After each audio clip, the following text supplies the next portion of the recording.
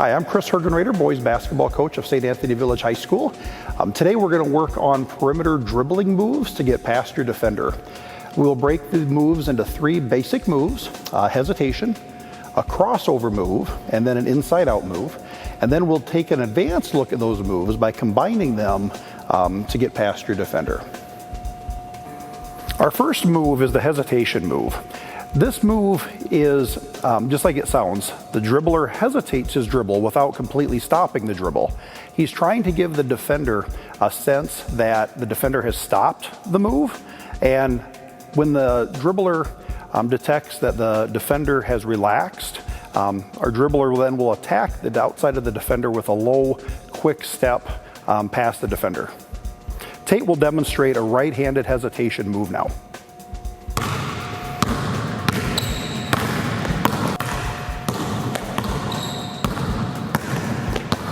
What Tate did a really nice job of with that hesitation move was using body language to convince the defender that the defender truly had stopped him.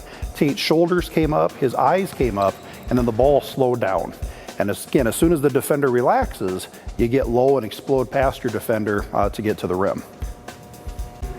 Our second perimeter move that we'd like our players to be able to master is the crossover. Now, many players do a crossover. The question is, are you doing it right? The emphasis we would put when we're teaching the crossover move is that we want to convince the defender that we're heading in the direction we're not really heading in.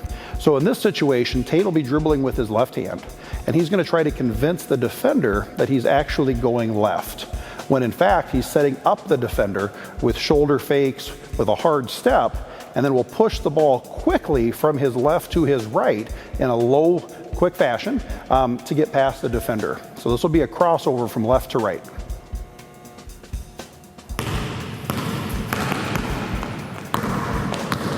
Our third mandatory move is an inside out. Now, an inside out is like a fake cross. You typically would use this after you've already performed the crossover against your defender, and he or she is thinking that the crossover is coming again. So you sell it, the ball moves as if you're crossing over, you take a step as if you're crossing over. Your shoulders, your head, your eyes all tell the defender you're crossing over, but at the last minute you pull the ball back and go the opposite way of the crossover.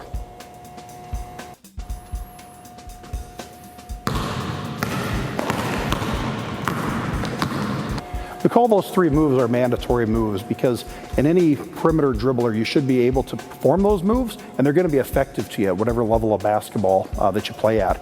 Two things to remember about the moves. We have a chair here as our imaginary defender, and when Tate put his moves on the chair, he came around the chair nice and tight. His goal is to get to the rim as quickly as possible. Tate doesn't want to make his move and then end up at the elbow when the defender's in the middle of the lane. He wants to stay down the middle of the lane and score. And the other important thing is that whenever you do these drills with your right hand, make sure you do them with your left as well. So many players get one-handed, and that reduces their effectiveness as basketball players. So make sure you're doing it with the right and the left equal times.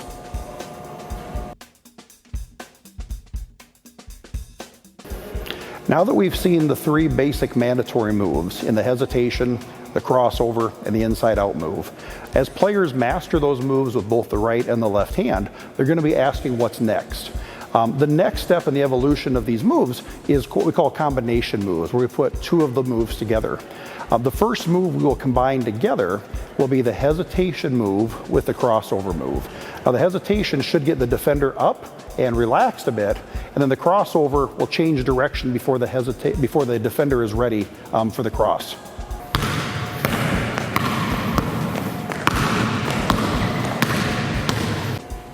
Our second combination mandatory move is the inside-out crossover. Now, if you remember from watching the first video, the inside out is the fake cross, where you look like you're crossing, and then you bring the ball back and head in the same direction that you started. When we combine it with a true crossover, we're getting the defender off balance. The defender doesn't know which way we're going. At first, we're faking the cross, coming back to the original direction, and then making a hard cross back in the fake direction. And you should have your defender going back and forth on the back of their feet, unable to defend you effectively.